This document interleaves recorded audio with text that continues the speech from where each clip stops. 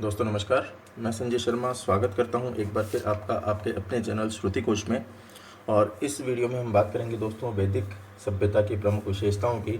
इससे पूर्व में हमने ऋग्वेद के बारे में बात कर ली, हमने यजुर्वेद, सामवेद, अथर्ववेद के बारे में बात कर ली, हमने उपनिषद के बारे में बात कर ली, हमने ब्राह्मण ग्रंथों के बारे में बात कर ली, हमने वेदांगों के बारे में बात कर ली। तो अब हम बात करते हैं वैदिक सभ्यता की प्रमुख विशेषताएं। सिमिलर रूप में हम बात करेंगे वैदिक सभ्यता यानी ऋग्वेदिक काल और उत्तर वैदिक काल दोनों की एक साथ हम यहाँ चर्चा करेंगे। आइए शुरू करते हैं वैदिक सभ्यता की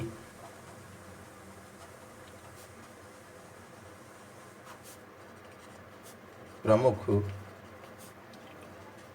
विशेषताएं। हम यहाँ पर उन चीज़ों को देखेंगे जिनमें से ज़्यादातर जो प्रश्न हैं वो अब तक एग्ज़ाम में पूछे गए हैं। तो शुरू करते हैं हम। और सबसे पहले हम बात करेंगे दोस्तों वैदिक सभ्यताओं के अंदर ही धार्मिक विशेषताएं। धार्मिक विशेषताएं, तो धार्मिक विशेषताएं कौन कौन सी हैं दोस्तों? आर्य जो थे, ये आर्य प्रकृति के उपासक थे। प्रकृति के उपासक थे और प्रकृति के जो विभिन्न दृश्य थे, प्रकृति के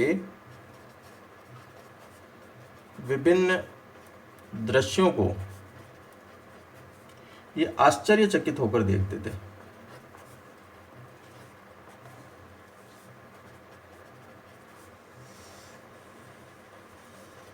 आश्चर्यचकित होकर देखते थे कि ये क्या है, किस प्रकार की प्रकृति है। और इसके साथ साथ ये जो लोग थे ये बहुदेववाद में विश्वास करते थे। बहुदेववाद में विश्वास करते थे तथा ऋग्वेद काल में जो इंद्र, वरुण व अग्नि थे, उनका देवताओं के रूप में अधिक महत्व था। इनका अधिक महत्व था यहाँ पर ऋग्वेदिक काल के अंदर। वहीं पर उत्तर वैदिक काल की अगर बात की जाए, उत्तर वैदिक काल में ब्रह्मा, विष्णु, महेश एवं प्रजापति आदि देवताओं की जो प्रतिष्ठा थी वो स्थापित हुई।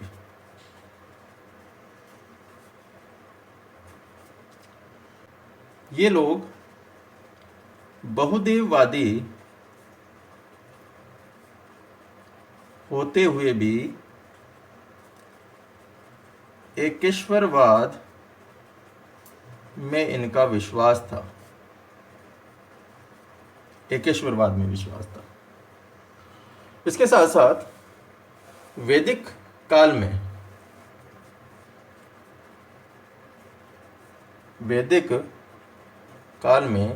जो देवता थे, देवताओं में पृथ्वी लोक के देवताओं में कौन कौन थे? अग्नि, बृहस्पति, सरस्वती,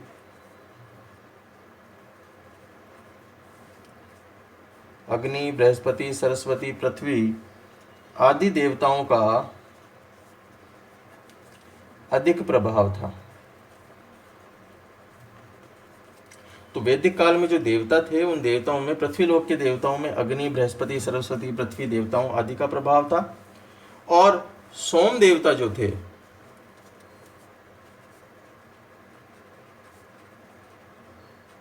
सोम देवता को नवा मंडल समर्पित है, जिसे किस नाम से जाना जाता है? लॉर्ड ऑफ स्ट्रीम के नाम से जाना जाता है। लॉर्ड ऑफ स्ट्रीम के नाम से जाना जाता है। दोस्तों,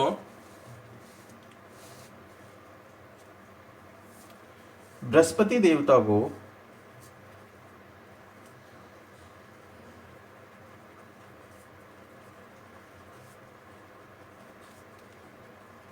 प्रार्थनाओं का देवता या फिर पितामह भी कहा जाता है। पितामह भी कहा जाता है बृहस्पति देवता को, या तो प्रार्थना का देवता कहा जाता है या फिर पितामह इनको कहा जाता है। इसके साथ साथ बात की जाए अगर अग्नि की, तो अग्नि को अधिक महत्व दिया जाता था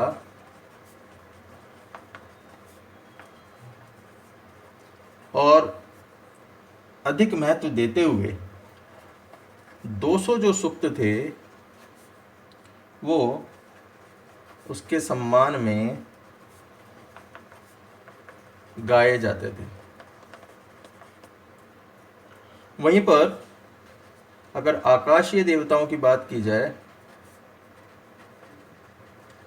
आकाशीय देवताओं में वरुण को सर्वपालक देवता के रूप में जाना जाता है। सर्वपालक देवता के रूप में जाना जाता है। इसके अलावा आकाशीय ही देवताओं में, अगर आकाशीय देवताओं की बात की जाए, तो आकाशीय देवताओं में ही जो अदिति है, अदिति को स्वतंत्रता की देवी, उषा को प्रभात की देवी,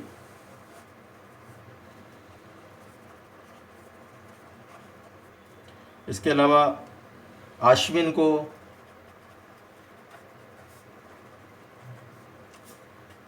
स्वर्ग का चिकित्सक, सूर्य को सब कुछ देखने वाला गिद्ध माना गया है, और सविता को सर्विम देव या फिर प्रेरित करने वाला माना गया है। तो आकाशीय देवताओं में ही अदिति को स्वतंत्रता की देवी माना गया है, उषा को प्रभात की देवी माना गया है, अश्विन को स्वर्ग का चिकित्सक माना गया है, सूर्य को सब कुछ देखने वाला देवता माना गया है। तो इस प्रकार ये आकाशीय देवताओं की हमने बात की। यहीं पर एक देवता थे पूषण।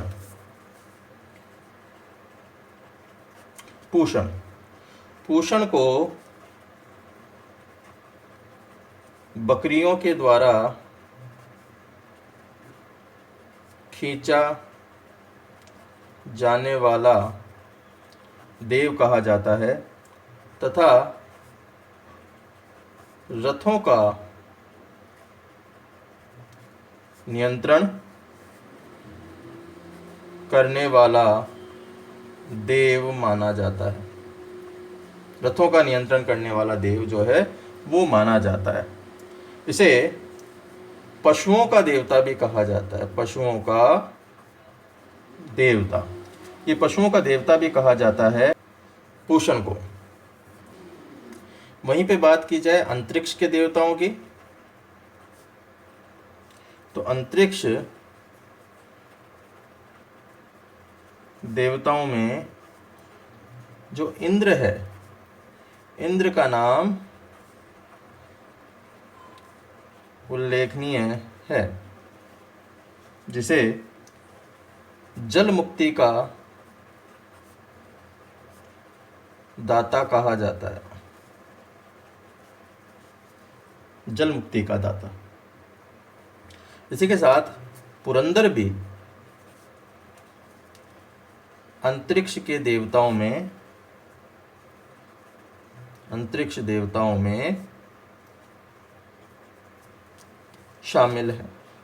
पुरंदर, तो पुरंदर भी अंतरिक्ष देवताओं में शामिल माना जाता है और दैत्यों व राक्षसों की शक्ति को नष्ट करने वाला इसे माना जाता है। जो क्या करता है, दैत्यों व राक्षसों की शक्ति को नष्ट करने वाला माना गया है। तो ये अंतरिक्ष के देवता है। दोस्तों, अगर अंतरिक्ष के देवताओं को याद करें तो अंतरिक्ष के देवता कैसे याद कर सकते हैं? अंतरिक्ष के देवता, देखो अंतरिक्ष के देवता हमने कौन सी बात की? हमने बात की पुरंदर और इंद्र, ये अंतरिक्ष के देवता है।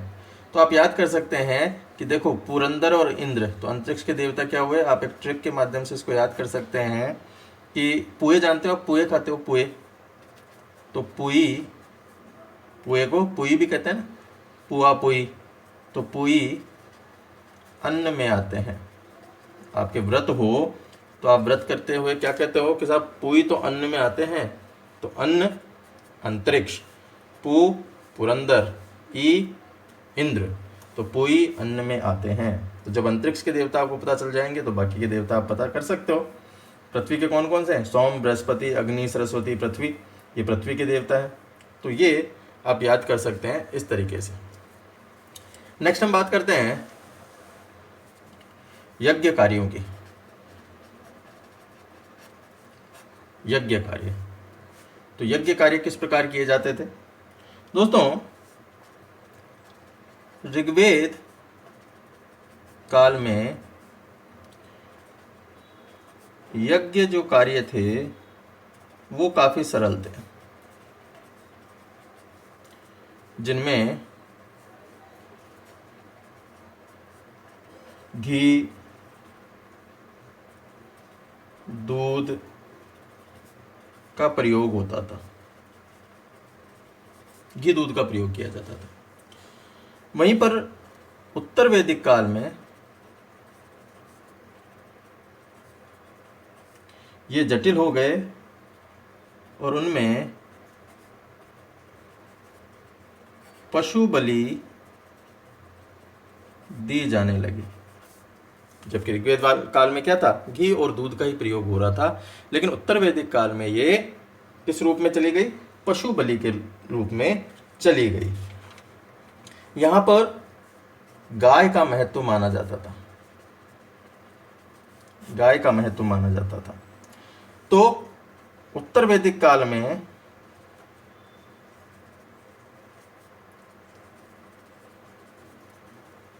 गाय का अधिक महत्व था।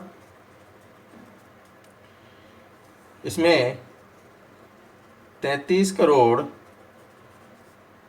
देवी देवताओं का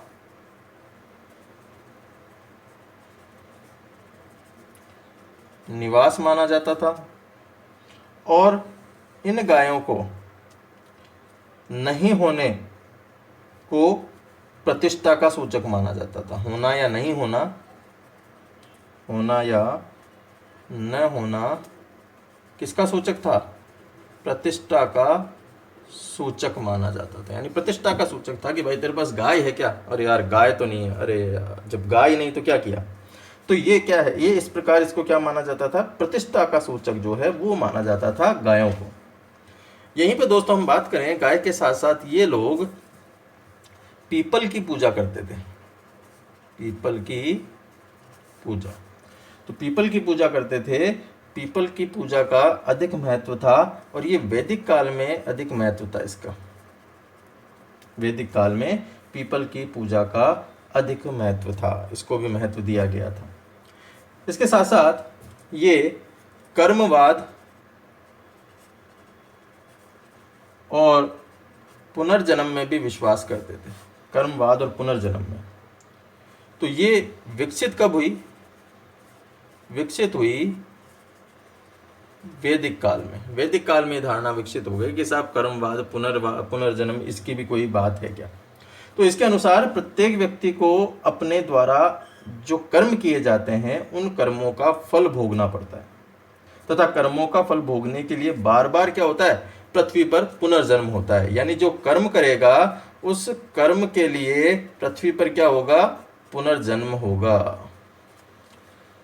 कर्म करेगा तो जिस कर्म को करेगा उसी के आधार पर पृथ्वी पर पुनर्जन्म होगा। ऐसी अवधारणा जो है इनकी मानी जाती थी। इनके यहाँ पर आस्तिक नास्तिक की विचारधारा भी प्रचलन में थी। आस्तिक नास्तिक की विचारधारा।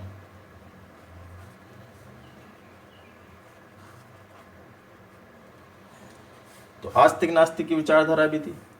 दोस्तों, वेदों की प्रामाणिकता को स्वीकार करने वाले जो दर्शन थे वो आस्तिक थे, और वहीं पे जो वेदों की प्रामाणिकता को स्वीकार नहीं करते थे, अस्वीकार करते थे, उन्हें नास्तिक माना जाता था। तो वेदों की प्रामाणिकता पर निर्भरता है। वेदों की प्रामाणिकता मानने वाले व नहीं मानने वाले, ये दोनों इसके अंतर्गत आगे थे। यहीं पर स्वर्ग और नरक की जो विचारधारा थी वो भी इनमें मानी जाती थी। इसके अनुसार अच्छे कर्म करने वाले व्यक्तियों को स्वर्ग की प्राप्ति होती है, जबकि जो बुरे कर्म करते हैं उनको नरक की प्राप्ति होती है। तो ये हमने बात की वैदिक सभ्यता की। यहाँ पे कुछ शब्द हैं वैदिक सभ्यता के, वो भी हम देख लेते हैं। प्रमुख शब्द कौन कौन से शब्द काम में आते हैं? देखिए, एक तो शब्द काम में लिया जाता है दुहिता। दुहिता, तो दुहिता क्या है? पुत्री के लिए। पुत्री के लिए शब्द काम में लिया जाता था, दुहिता। अमाजु, अमाजु क्या? जीवन भर अविवाहित रहने वाली, जीवन भर अविवाहित रहने वाली महिला, ये अमाजु कहलाती थी। जीवन भर अविवाहित रहने वाली महिला अमाजु कहलाती थी। वहीं पर विदूषक, विदूषक ये शब्द काम में लिया जाता था ब्राह्मणों के लिए। ब्राह्मणों के लिए विदूषक शब्द काम में लिया जाता है। वहीं पे निष्क, निष्क काम में लिया जाता था। ये वैदिक कालीन मुद्रा होती थी। वैदिक कालीन मुद्रा, ये निष्क कहलाती थी। वहीं पे एक शब्द था शतमान। शतमान, ये शतमान क्या है? ये वैदिक कालीन